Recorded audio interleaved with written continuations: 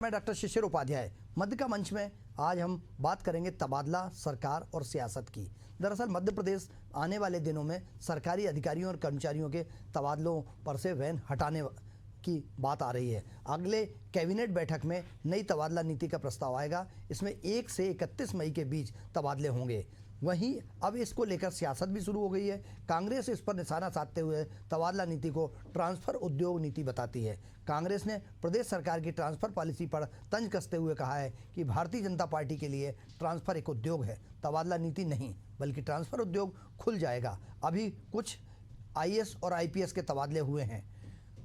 मुख्यमंत्री के खजाने में पैसा जमा कराओ, जिसका ज़्यादा पैसा जमा हो, ऐसा आरोप लगाते हैं। जबकि भारतीय जनता पार्टी की सरकार ने जब 15 महीने की सरकार थी कमलनाथ की, तब इस तरीके के आरोप लगाए थे, पैसा लाओ और तबादला कराओ, जिसका काम होता है। और ट्रांसफ़र अगर होते हैं, लंबे समय से ट्रांसफ़र की बात चलती है, ट्रांसफ़र साल में एक बार होते हैं। उसमें कर्मचारियों के ट्रांसफ़र होने से जो बरसों से जमे लोग हैं उनको अगर बदलेंगे तो काम का भी बदलाव होगा।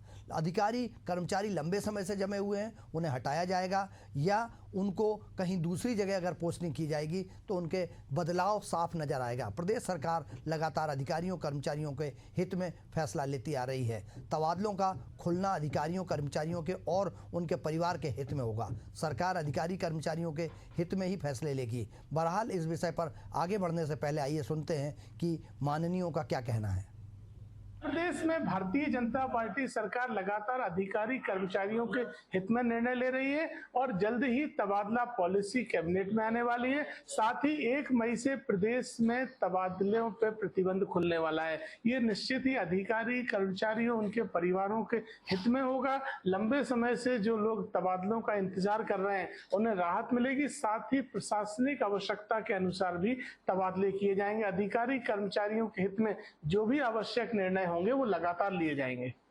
ये तबादला की जो नीति लेके आ रहे हैं, तबादला नीति नहीं, तबादला उद्योग की नीति लेके आ रहे हैं। ये भरपूर उद्योग चलेगा। 1 महीने के लिए चल रहा है। इसके बाद निश्चित तौर पे इसको 1 महीने और बढ़ाया जाएगा। जब तक इसकी पूरी रकम इकट्ठी नहीं हो जाती, जब तक ये उद्योग चलेगा। मैं मोहन यादव सरकार से पूछना चाहता हूँ कि जो कर्मचारी, जो अधिकारी 3 साल की जगह 5-5, 6-6 साल रुका हुआ है, अपनी जगह एक ही पद पे बैठा हुआ है, क्या उसको हटाने का प्रयास करेंगे? लंबे समय से कर्मचारी एक ही जगह पर बैठे रहते हैं तो उनका ट्रांसफ़र करना बहुत ज़रूरी है। कांग्रेस ये नहीं समझ पा रही है कि अभी उनके प्रवक्ता कह रहे हैं कि वो 5 साल से जमा हुआ है तो उसको हटाने की तैयारी क्यों नहीं कर रहे हैं। अगर ये करते हैं, ट्रांसफ़र करते हैं, तो बोलते हैं तबादला उद्योग है। क्या होता है, क्या चाहते हैं, ये खुद को भी नहीं पता है। हालांकि जब 15 महीने की कमलनाथ सरकार थी तो उस समय गंभीर आरोप लगे थे कि पैसा लाओ और ट्रांसफ़र का आर्डर लेके चले जाओ। बहुत गंभीर आरोप लगे थे और उस पर कहीं ना कहीं भारतीय जनता पार्टी की तरफ से ही आरोप नहीं लगे थे, कांग्रेस के कुछ माननीयों ने भी, विधायकों ने भी इस पर आपत्ति जताई थी। आइए हम इसी मुद्दे पर चर्चा करेंगे। तबादला, सरकार और सियासत। हमारे साथ इस मुद्दे पर चर्चा करने के लिए कर्मचारी संगठन से कर्मचारी नेता रमेश राठौर जी जुड़े हैं। आपका बहुत बहुत स्वागत है। वहीं कांग्रेस के प्रवक्ता के रूप में हमारे साथ श्री अंबिका शर्मा जी हैं। आपका बहुत बहुत स्वागत है। अंबिका जी, ट्रांसफ़र, अभी आपके कांग्रेस के नेता कह रहे थे कि 5-5 साल से जमे हुए लोगों को हटाना चाहिए, तो उसी के लिए ट्रांसफ़र किया है, फिर क्या आपत्ति? 1 मई से अगर ऐसे पुराने लोगों को हटाकर नए लोगों को लाएंगे तो उस पर क्या आपत्ति है? सर जी, कोई आपत्ति नहीं है। बस हमारा कहना इतना है कि जो भी आप ट्रांसफर प्रक्रिया अपनाने जा रहे हैं वो पूरी तरह से पारदर्शी होना चाहिए। प्रशासनिक व्यवस्था की दृष्टि से ट्रांसफर किए जाएं और एक सुविधा संतुलन की दृष्टि से भी किए जाएं, जनहित की दृष्टि से। जहां पर जिन स्कूलों में शिक्षकों के पद रिक्त हैं, जिन विभागों में पद रिक्त हैं, बड़े लंबे समय से पद रिक्त हैं, उन रिक्त पदों को भरा जाए। ऐसा ना हो कहीं एक्सेस उसमें रहते हैं, कहीं अधिक संख्या में रहते हैं लोग और कहीं बिल्कुल नहीं रहते हैं, तो उससे जन सामान्य को असुविधा होती है। छात्रों के ऊपर भी बड़ा बुरा प्रभाव पड़ता है। जो स्कूल बिल्कुल खाली रहते हैं, विषय के शिक्षक नहीं रहते हैं, तो फिर जो परीक्षा परिणाम है वो भी प्रभावित होते हैं और इनको फिर दंडित भी किया जाता है शिक्षकों को। तो ये तमाम विषमताएं हैं। दूसरा निवेदन ये है, जैसे हम लोगों को आशंका है, जिस प्रकार से अभी इनके दलाल शुरू हो गए, भारतीय जनता पार्टी के कुछ दलाल हो गए, जैसे ये खबर आई कि 1 तारीख से आपका ट्रांसफर उद्योग शुरू होने जा रहा है, तो जब से फिर दलाल शुरू हो गए हैं, ये बड़ी विडंबना की बात है। और ऐसी स्थिति में कैसे एक पारदर्शी व्यवस्था हमको देखने को मिलेगी, ये एक बड़ा मुद्दा है। लेकिन अंबिका जी, जैसा आप कह रहे हैं कि पारदर्शिता लाई जाए, पारदर्शिता में यह है कि वो प्रभारी मंत्री अगर रिकमेंड करेंगे तो प्रभारी मंत्री वो तबादले की आवश्यकता को देखेंगे कि उस ज़िले में ज़रूरत है कि नहीं, और अगर ज़िले में होना है तो प्रभारी मंत्री वहाँ के स्थानीय जो अधिकारी हैं, कहाँ रिक्त पद है, उसके हिसाब से करेंगे। कैसी पारदर्शिता चाहते हैं आप लोग? अंबिका जी शायद सुन नहीं पा रहे हैं, मैं राठौर साहब के पास आना चाहता हूं। राठौर साहब, आपने अभी मेरी बात सुनी।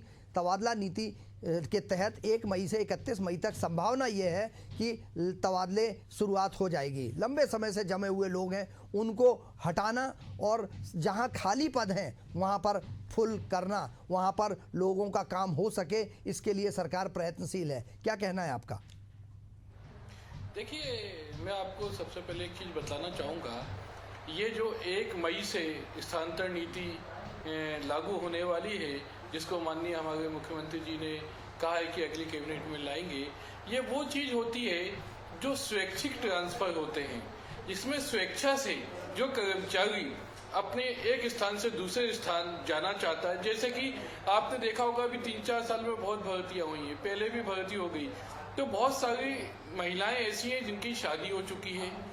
शादी होने के बाद निश्चित ही अभी उनका मायका कहीं था जहाँ वो नौकरी करती थी, अब ससुराल शादी कहीं और हुई है, तो उनको आवश्यकता है कि वो अपने ससुराल में जाना चाहें, तो एक ट्रांसफ़र उनकी भी आवश्यकता है। दूसरा, ऐसी बहुत सी नई नियुक्तियाँ हुई हैं जिन महिला कर्मचारियों को या युवकों को अपनी गृह नगर से या अपने जहाँ वो रहते थे उससे दूर जाके उनको नौकरी करनी पड़ी है, तो वो अपने माता पिता की सेवा करने के लिए अपने माता पिता के पास आना चाहते हैं। जिन लड़कियों की शादी नहीं हुई है, उनकी नौकरी कहीं है, उनके माता पिता कहीं रहते हैं, अकेले वहाँ हैं, तो वो यहाँ आना चाहते हैं। तो ये स्वैच्छिक ट्रांसफर है। इसमें पिछले 3 साल से ये ट्रांसफर पे कभी चुनाव हो जाते थे, कभी कोई कारण आ जाता था, जिसके कारण ये 3 साल से बैन नहीं खुला था। और प्रशासनिक ट्रांसफर, जिनको आप कह रहे हैं कि एक स्थान से दूसरे स्थान पर हटा देना चाहिए, साल भर होते हैं। इस प्रशासनिक स्थानांतरण पर कोई रोक नहीं होती है। स्वैच्छिक ट्रांसफर 1 महीने के लिए खुलते हैं, जिसमें अपनी स्वेच्छा के आधार पर कर्मचारी अपना आवेदन करता है, जिसको परीक्षण किया जाता है। कुछ ऑनलाइन होते हैं, कुछ ऑफलाइन होते हैं, उसके बाद ट्रांसफर किए जाते हैं। और ये ट्रांसफर पे इसमें किसी भी प्रकार का कोई वाहन भत्ता या ट्रांसफर भत्ता नहीं दिया जाता है। लेकिन जो प्रशासनिक ट्रांसफर होते हैं उसमें ट्रांसफर भत्ता दिया जाता है, क्योंकि व्यक्ति को एक स्थान से दूसरे स्थान पर जाना पड़ता है, तो उसको सामान लेके ये वो, तो ट्रक का भाड़ा, ये आदि सारी व्यवस्थाएं की जाती है जो प्रशासनिक ट्रांसफर होते हैं। और जो स्वैच्छिक ट्रांसफर होते हैं, चूंकि कर्मचारी ने अपनी स्वेच्छा के आधार पर चाहा, तो इसको किसी भी प्रकार का ट्रांसपोर्ट अलाउंस, जो सामान ले जाने लाने का होता है, आने जाने का किराया होता है, वो नहीं दिया जाता। ये बहुत अच्छा निर्णय है माननीय मुख्यमंत्री जी का, कि जिनको जैसे बहुत सारे लोग विभिन्न बीमारियों से पीड़ित हैं, गंभीर बीमारियों से पीड़ित हैं, वो उनको ऐसी जगह जाना चाहते हैं जहां उनको डॉक्टर की सुविधा का इलाज मुहैया हो। बहुत से लोग ग्रामीण क्षेत्रों में या उन्हें इलाज की आवश्यकता नहीं पड़ती। बहुत से शहरी क्षेत्र में है जिनको ग्रामीण क्षेत्र में जाना है, जिनको बहुत सारे ऐसे ग्रामीण क्षेत्र में जो शहरी क्षेत्र में आना चाहते हैं। बहुत सारे लोग ऐसे हैं जो एक जिले से दूसरे जिले में जाना चाहते हैं। तो ये एक बहुत अच्छा निर्णय है माननीय मुख्यमंत्री जी का और मध्य प्रदेश शासन का। इसको जल्दी से जल्दी किया जाए, और ये 1 महीने के लिए नहीं किया जाए, क्योंकि पिछले 3 साल से ये ट्रांसफर बंद थे। तो इस बार ट्रांसफर बहुत सारे लोग, संख्या ऐसी होगी जो ट्रांसफर चाहेंगे, और 1 महीने में तो केवल लिस्ट ही बन पाती है, आवेदन ही हो पाते हैं। कम से कम इसे 2 से 3 महीने के लिए, मई से खुल रहा है तो जुलाई तक जाना चाहिए, जुलाई तक इसे ओपन रहना चाहिए, जिससे कि व्यक्ति अपना ट्रांसफर करा सके। क्योंकि ये देखा गया है कि विभाग वाले 1 महीने के अंदर तो तैयारी कर पाते हैं, क्योंकि आवेदन आते हैं, आवेदन करने का समय होता है, फिर उनको छटनी का समय होता है, छटनी के बाद उन पर किंतु परंतुओं का समय होता है कि भैया कोई आपत्ति नहीं, कोई दावा तो नहीं है, फिर उसमें परीक्षण होता है, तो इसमें काफी समय लगता है। तो ये कम से कम स्वैच्छिक स्थानांतरण कम से कम 1 मई से लेके 31 जुलाई तक होने चाहिए। 3 महीने का समय पर्याप्त तो मिलना चाहिए। अभी इससे पहले स्थानांतरण नीति आई थी जिसमें कुछ विशेष परिस्थितियों में यदि वो विकलांग है या कुछ भी है तो मंत्रियों को इसके अधिकार दिए गए थे। तो ये कुछ परिस्थितियों में साल भर अधिकार है और स्वैच्छिक स्थानांतरण 3 महीने होते हैं। ठीक है राठौर साहब, आप बने रहिए। अंबिका जी आ गए। अंबिका जी, आपकी बात बीच में रह गई थी। क्या आपको लगता है कि अगर किसी बहुत गंभीर, मेरे जानकारी में बहुत सारे ऐसे कर्मचारी हैं जिनको कोई गंभीर बीमारी है और वो रूरल एरिया में पदस्थ हैं और वो चाहते हैं कि जिला मुख्यालय पर आ जाएं जहां उनका इलाज हो सके, तो ऐसे में ये सुविधा देना क्या गलत है? नहीं, बिल्कुल ऐसे प्रकरणों पर सहानुभूतिपूर्वक विचार किया जाना चाहिए। अक्सर हम भी मानव हैं और व्यक्ति की समस्या को दृष्टिगत रखते हुए निर्णय लिए जाने चाहिए, लेकिन ट्रांसफर में पारदर्शी व्यवस्था रहे। कैसा पारदर्शी कैसा चाहते हैं आप? प्रभारी मंत्री को दी गई है जिम्मेदारी, प्रभारी मंत्री के पास आवेदन आएगा, वो परीक्षण कराएगा कि ये जिनाइन मुद्दा है कि नहीं, उसके बाद ट्रांसफर होगा। तो पारदर्शी कैसा चाहते हैं आप बहुत महत्वपूर्ण चैनल पर हैं और आप भी अच्छी तरह से जानते हैं कि ट्रांसफर जो प्रक्रिया शुरू होती है, नहीं खुल जाते हैं तो ट्रांसफर प्रक्रिया उद्योग में बदल जाती है और वो उद्योग निश्चित रूप से तमाम प्रश्न पैदा कर देता है, फिर सरकार कटघरे में आ जाती है। हमारा निवेदन केवल इतना है कि बहुत अच्छी तरह से आप मॉनिटरिंग करिए, बहुत अच्छा अध्ययन करें आप कि कहाँ पर किस व्यक्ति की जरूरत है, कहाँ पर किस अधिकारी की आवश्यकता है, उसकी आवश्यकता के अनुरूप प्रशासनिक दृष्टि से और जहाँ पर जो प्रकरण मानवीय है वहां पर स्वैच्छिक दृष्टि से आप स्थानांतरण करिए। आपका विशेषाधिकार है और ट्रांसफर एक व्यवस्था है, उसमें हमको क्या कहना है। लेकिन जिस प्रकार से अभी से दलाल सक्रिय हो गए हैं भारतीय जनता पार्टी के, उन्होंने संपर्क करना शुरू कर दिया है, वो एक प्रश्न पैदा कर रहा है। एक आध नाम बताइए ना, एक आध नाम बताइए ना, आपसे किसने संपर्क किया कि कोई ट्रांसफर हो तो बताइए। देखिए, अब ये सब रहने दो, राज का राज रहने दो।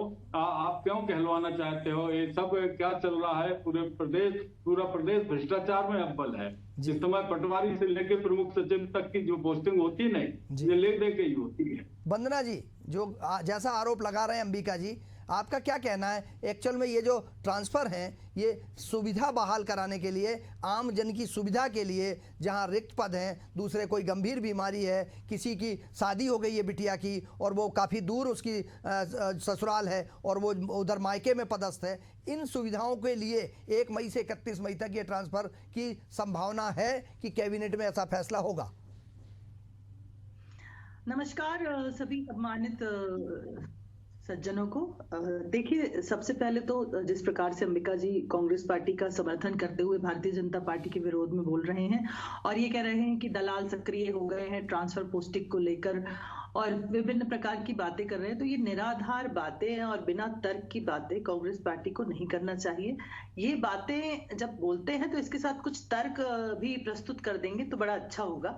अब रही बात ट्रांसफर पोस्टिंग के विषय में, तो ट्रांसफर पोस्टिंग के विषय में जिस प्रकार से ट्रांसफर को लेके कैबिनेट में मंजूरी ली गई है कि 30 मई के बाद ट्रांसफर की शुरुआत की जाएगी या जो भी विभिन्न प्रकार के निर्णय लिए गए हैं, तो वो इसलिए लिए गए हैं कि जिस प्रकार से अभी वरिष्ठ पत्रकार महोदय बता रहे थे, मैं भी आपको एक एग्जाम्पल के तौर पे बताना चाहूंगी कि देखिए, कोई अगर यहाँ कार्यरत है, उसकी एक महिला और उसकी ससुराल इंदौर में है और वो वहां जाना चाहती है, तो अवश्य ही जो प्रभारी मंत्री हैं उसकी समस्या को सुनेंगे और उसको उस अनुसार ट्रांसफर देंगे।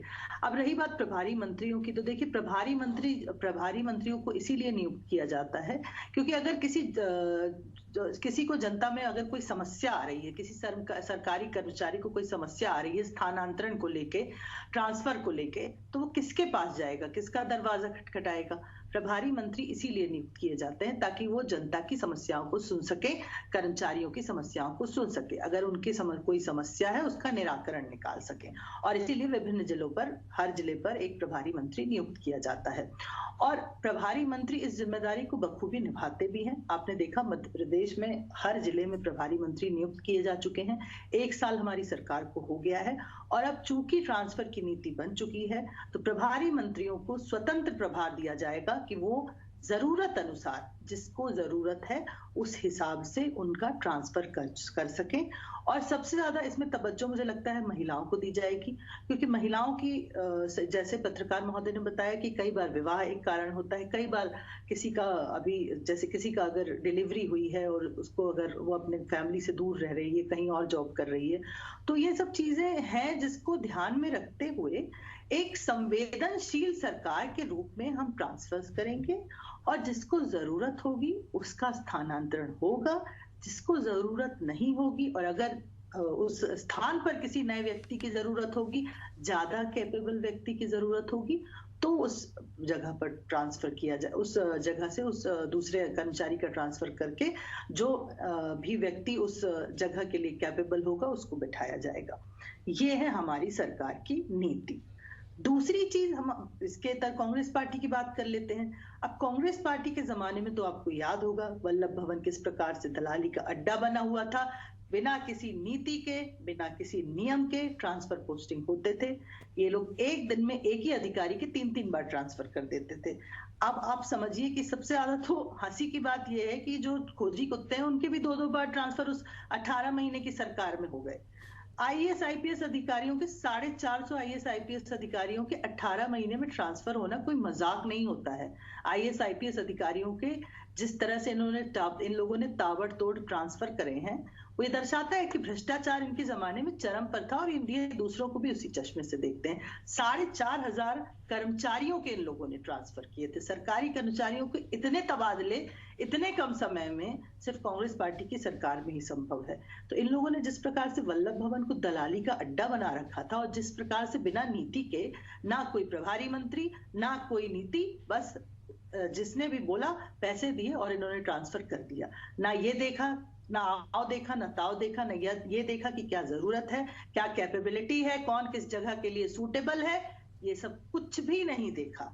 बस देखा तो एक चीज देखी, हम कम से कम समय में कितने ज्यादा से ज्यादा पैसे कमा लें। इतने सालों बाद हम सरकार में आए हैं तो किस प्रकार से जनता का जो कमाया हुआ, अर्जित किया हुआ टैक्स का पैसा है उसे लूट खसोट करके आपस में बांटे और किस प्रकार से अराजकता मचाकर ट्रांसफर पोस्टिंग कर काला धन अर्जित कर सके। बस इसी पर कांग्रेस पार्टी ने ध्यान दिया है उस 18 महीने में।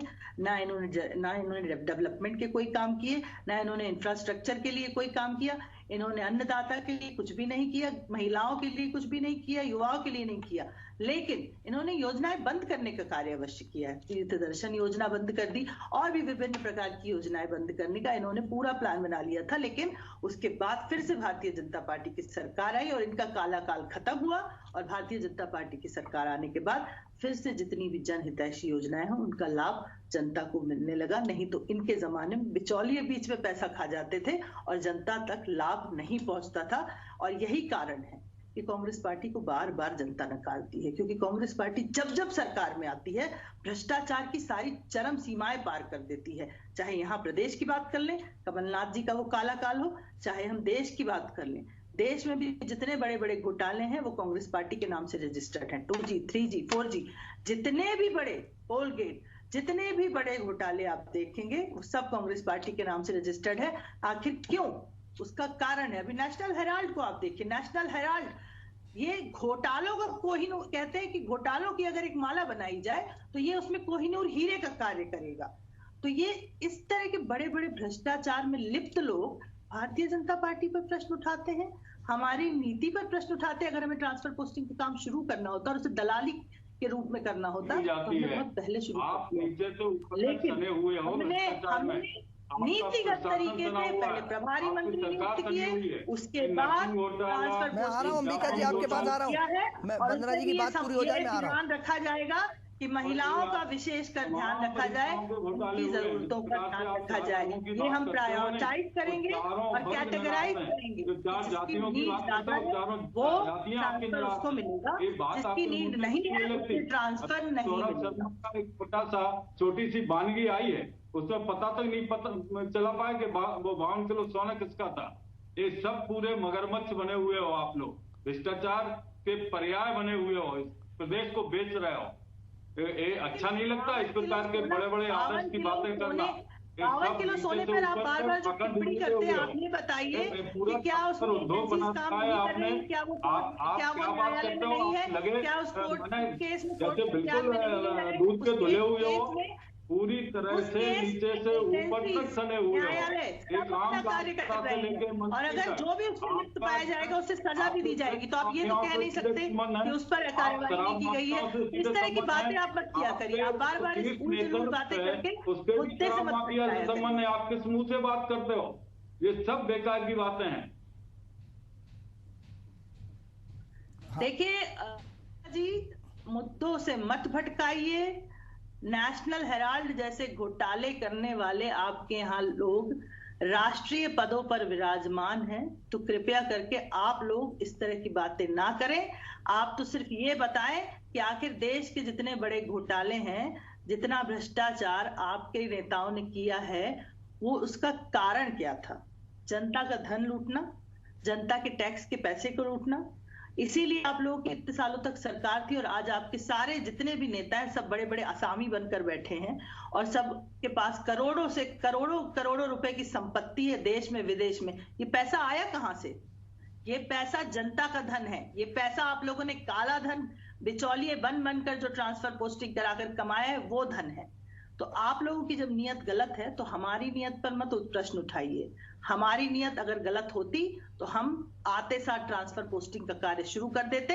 हमारी नियत साफ है, हमारे माननीय मुख्यमंत्री जी की नियत साफ है। इसीलिए पहले उन्होंने नीतिगत तरीके से प्रभारी मंत्री नियुक्त किए। जब वो वहां पर कार्यरत हो गए, जब उन्होंने वहां पे सब चीजों को संभाल लिया, उसके बाद जाकर अब ट्रांसफर पोस्टिंग की जो प्रक्रिया है वो आगे बढ़ने की शुरुआत हुई है। बिल्कुल वंदना जी, हमारे साथ रमेश राठौर भी हैं।